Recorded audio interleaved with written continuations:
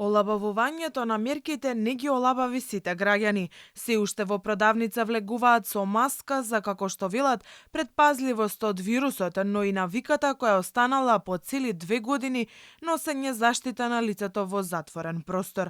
Внимаваме на здравјето. Постари сме. Така. Шом се поминале 17, за секој случај да си се припазиме. Да не знаеме што се случува.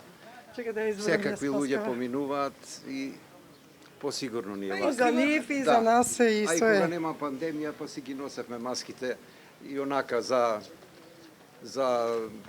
тие овако загадување и така. Па треба да се пазиме.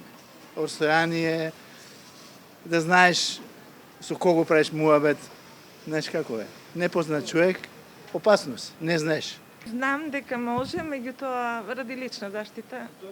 Така. Предпазливост или Предпазливост, да. Секоја навика има и одвика. Ако треба ќе носиме, ако не да, мислам дека пак ќе натерат да носиме. Навик. Се плашите се уште од коронавирусот? Се плашам. За мене 84 години прохујало са вихором.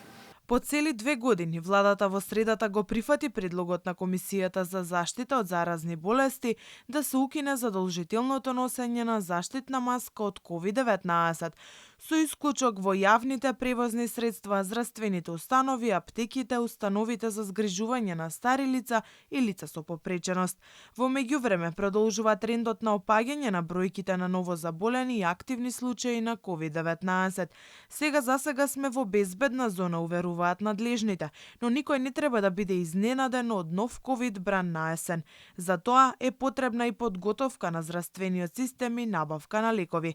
Здравствените власти не се откажуваат ниту од вакцинацијата. Според првиот човек на комисијата Петличковски, вакцинацијата е единствениот излез доколку се појави нов есенски бран. Според Светската здравствена организација, вкупниот број на потврдени случаи на коронавирус од крајот на 2019 година достигна над 500 милиони. Од појавата на заразата најмногу инфекции се евидентирани во Европа 209,5 милиони и во Соединетите Американски држави 151,7 милиони.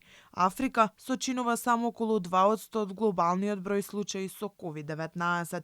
Од друга страна, Американската администрација за храна и лекови даде дозвола за итно одобрување на тест за COVID-19 кој се прави преку СДИФ.